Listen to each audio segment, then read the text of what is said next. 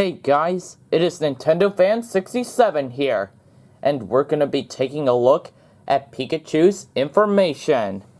So, we are going to see some interesting facts about Pikachu, and also its evolution, which is Pichu and Raichu.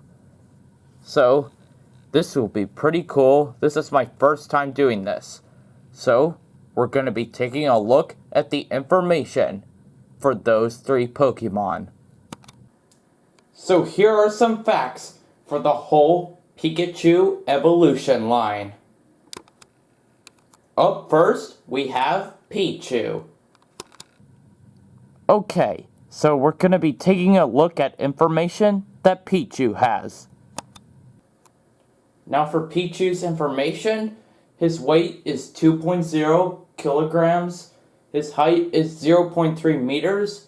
He is an electric type, which that seems pretty cool. His abilities are Static and Lightning Rod, which is a hidden ability. His catch rate is 190, which is roughly 35.2%. So, it doesn't look all that bad, but you have to hope that it stays in the ball when you catch it. But you might not be able to find it that often when you try to hatch it out of eggs, because that would be the only way to get Pichu in the Pokemon games. Well, most of them. So, it evolves into Pikachu when leveled up with High Friendship, which then evolves into Raichu when exposed to a Thunderstone. So, basically, to get Pichu to level up into Pikachu, you probably have to level him up with High Friendship, which that's going to be hard. But if you take proper care of him, you'll get him to evolve into Pikachu. And Pichu charges itself with electricity more easily on days with thunderclouds or when the air is very dry. You can hear the crackling of static electricity coming off this Pokemon. Well, that's pretty cool. Now, when it comes to Pichu being in Super Smash Bros., first, he was a playable character in Super Smash Bros. Melee. However, he can only be unlocked by completing event match number 37 or playing at least 200 Melee matches, which seems like a lot. Its main stage that he can play on is Pokemon Stadium. Now, Pichu is a clone of Pikachu, meaning it shares much of the same moveset with no more than minor changes. Pichu is smaller and faster than Pikachu and has the ability to wall jump, which that's pretty cool, so it can move around the stage with more ease and chase down opponents to extend combos. It also has surprising power. Its smash attacks and some aerials can KO opponents at percentages as low as 80%, and a fully charged Skull Bash in particular is almost a one-hit KO, which that's going to be very hard to accomplish there. However, Pichu has serious disadvantages. It has poor range outside its projectiles, its rolls are short, and despite its small size, it can be combed easily. In addition, it damages itself every time it uses an electric attack, regardless of whether it hits or not. Except Thunder, though, which it only damages Pichu if it connects. Combined with the fact that it's the lightest character in the game by a significant margin, Pichu can be KO'd far more easily than any other character, which that's going to be a problem for players that play as Pichu. However, in Super Smash Bros. Brawl and Super Smash Bros. For Wii U and 3DS, Pichu was actually cut from the roster, so he's not even a playable character. However, Pichu was able to make an appearance as a trophy for both Super Smash Bros. Brawl and Super Smash Bros. On the 3DS. But after all this time, after 17 years, after being absent from the Super Smash Bros. Series ever since Super Smash Bros. Melee, Pichu finally returns as a playable character in Super Smash Bros. Ultimate. Pichu retains its self-damaging electric attacks and poor endurance, but receives significant buffs in power, speed, and maneuverability to offset these drawbacks.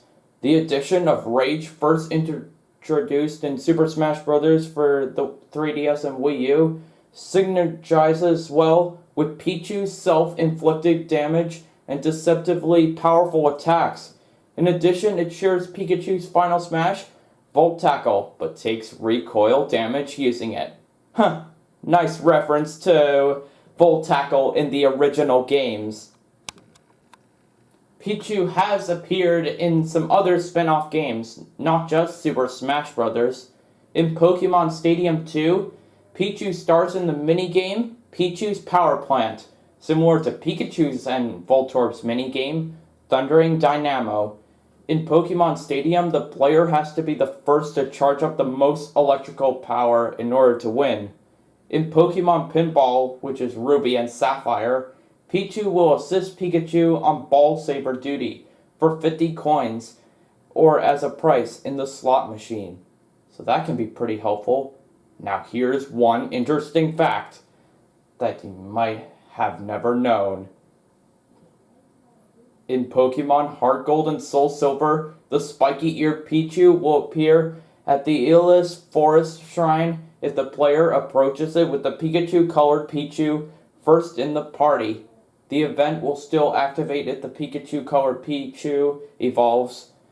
She will be automatically caught and cannot be traded outside of Heart Gold and Soul Silver or evolve. And for Pokemon Ranger Guardian Signs, a Pichu is the player's partner. This Pichu plays the ukulele and has a special musical, Poke Assist. And that probably should have been Pichu's final smash in Super Smash Bros. Ultimate, but I like that they were trying to reference Volt Tackle to what it looks like in the original games, since Pikachu can't get hit by Volt Tackle when he uses it in Super Smash Bros. Now, when it comes to Pichu being in the Pokemon anime, there are quite a few appearances for Pichu, such as this. The Pichu brothers are a pair of Pichu who have appeared in several places, including Pikachu and Pichu, Camp Pikachu, several episodes of Pokemon Chronicles, and Pichu Brothers in Party Panic.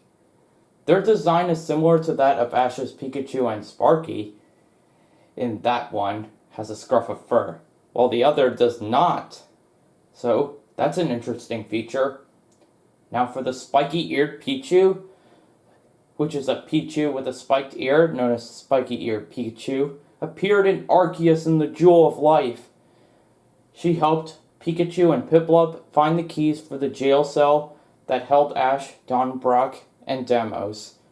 The spiky-eared Pichu also appeared in Pikachu's Big Sparking Search, where she and Smoochum were preparing a birthday party for Blossom. The spiky-eared Pichu and Pikachu-colored Pichu star in the fourth ending of the Diamond and Pearl series. And for Ukulele Pichu, he appeared in the Pokemon Ranger Guardian Signs anime special, and was captured by Ben in the concluding part. Oh, as you can see on the bottom right, there is a Pichu egg, which means that Pichu was hatching out of an egg. Now take a look at his shiny form. It looks pretty cool. I don't think it's really that good because it barely changes, but it's a little bit noticeable if you look on top of your game to notice it. But here's the QR code if you want to get Shiny Pichu registered in the Sun and Moon games. Here are some other facts about Pichu, and those would include some of those facts I haven't talked about yet.